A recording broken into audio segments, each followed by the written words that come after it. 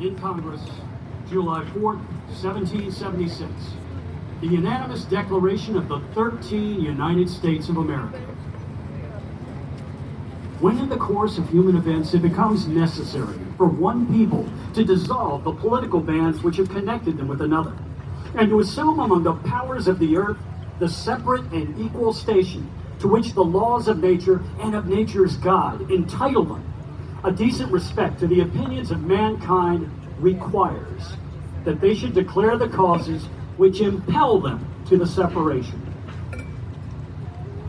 We hold these truths to be self-evident, that all men are created equal, that they are endowed by their Creator with certain unalienable rights, that among these are life, liberty, and the pursuit of happiness, that to secure these rights, governments are instituted among men, deriving their just powers from the consent of the governed, that whenever any form of government becomes destructive of these ends, it is the right of the people to alter or to abolish it, and to institute new government, laying its foundation on such principles and organizing its powers in such form as to them shall seem most likely to effect their safety and happiness. Prudence indeed will dictate that governments long established should not be changed for light and transient causes. And accordingly, all experience have shown that mankind are more disposed to suffer, while evils are sufferable, than to right themselves by abolishing the forms to which they are accustomed.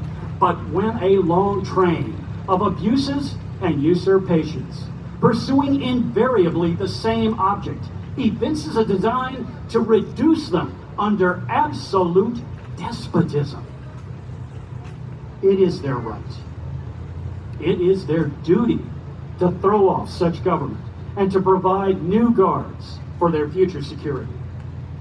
Such has been the patient sufferance of these colonies, and such is now the necessity which constrains them to alter their former systems of government.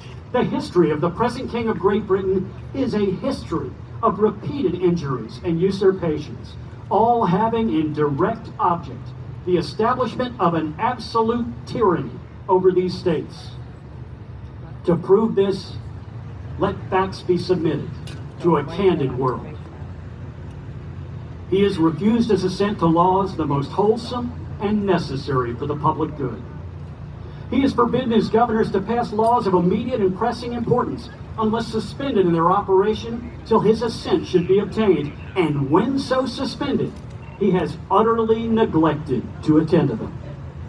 He has refused to pass other laws for the accommodation of large districts of people, unless those people would relinquish the right of representation in the legislature, a right inestimable to them and formidable to tyrants only. He has called together legislative bodies at places unusual, uncomfortable, and distant from the depository of their public records for the sole purpose of fatiguing them into compliance with his measures. He has dissolved representative houses repeatedly for opposing with manly firmness his invasions on the rights of the people. He has refused for a long time, after such dissolutions, to cause others to be elected, whereby the legislative powers, incapable of annihilation, have returned to the people at large for their exercise, the state remaining in the meantime exposed to all the dangers of invasion from without and convulsions within. He has endeavored to prevent the population of these states, for that purpose, obstructing the laws for naturalization of foreigners, refusing to pass others to encourage their migrations hither, and raising the conditions of new appropriations of lands. He has obstructed the administration of justice by refusing his assent to laws for establishing judiciary powers. He has made judges dependent on his will alone for the tenure of their offices and the amount and payment of their salaries. He has erected a multitude of new offices and sent hither swarms of officers to harass our people and eat out their substance. He has kept among us, in times of peace, standing armies without the consent of our legislatures. He is effected to render the military independent of and superior to the civil powers.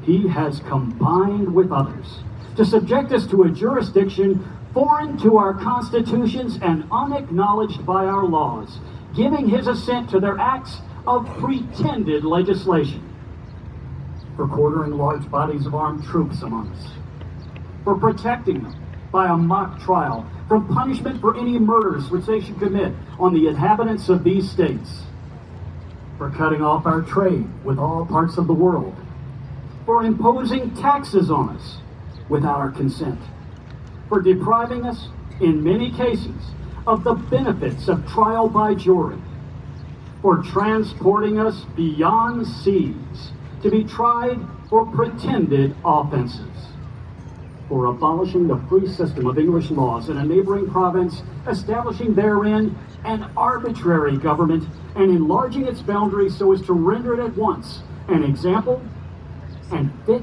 instrument for introducing the same absolute rule into these colonies, for taking away our charters, abolishing our most valuable laws, and altering fundamentally the forms of our governments, for suspending our own legislatures and declaring themselves invested with powers to legislate for us in all cases whatsoever. He has abdicated government here by declaring us out of his protection and waging war against us. He has plundered our seas, ravaged our coasts, burnt our towns, and destroyed the lives of our people. He is at this time transporting large armies of foreign mercenaries to complete the works of death, desolation, and tyranny, already begun with circumstances of cruelty and perfidy scarcely paralleled in the most barbarous ages and totally unworthy the head of a civilized nation. He has constrained our fellow citizens, taken captive on the high seas, to bear arms against their country, to become the executioners of their friends and brethren, or to fall themselves by their hands.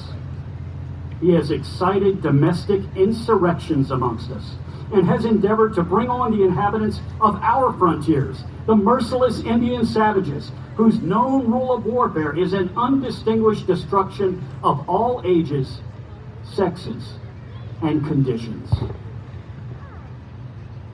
In every stage of these oppressions, we have petitioned for redress in the most humble terms. Our repeated petitions have been answered only by repeated injury. A prince whose character is thus marked by every act which may define a tyrant is unfit to be the ruler of a free people. Nor have we been wanting attention to our British brethren. We have warned them from time to time of attempts by their legislature to extend an unwarrantable jurisdiction over us. We have reminded them of the circumstances of our immigration and settlement here. We have appealed to their native justice and magnanimity, and we have conjured by the ties of our common kindred to disavow these usurpations which would inevitably interrupt our connections and correspondence.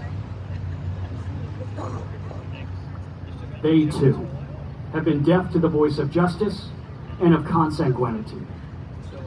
We must therefore acquiesce in the necessity which denounces our separation and hold them as we hold the rest of mankind. Enemies in war, in peace, friends. We therefore, the representatives of the United States of America, in General Congress, assembled, appealing to the Supreme Judge of the world for the rectitude of our intentions, do in the name and by the authority of the good people of these colonies solemnly publish and declare that these united colonies are, and of right, ought to be, free and independent states. that they are absolved from all allegiance to the British Crown, and that all political connection between them and the state of Great Britain is and ought to be totally dissolved. And that as free and independent states, they have full power to levy war, conclude peace, contract alliances, establish commerce, and to do all other acts and things which independent states may of right do. And for the support of this declaration, with a firm reliance on the protection of divine providence, we mutually pledge to each other our lives, our fortunes, and our sacred honor.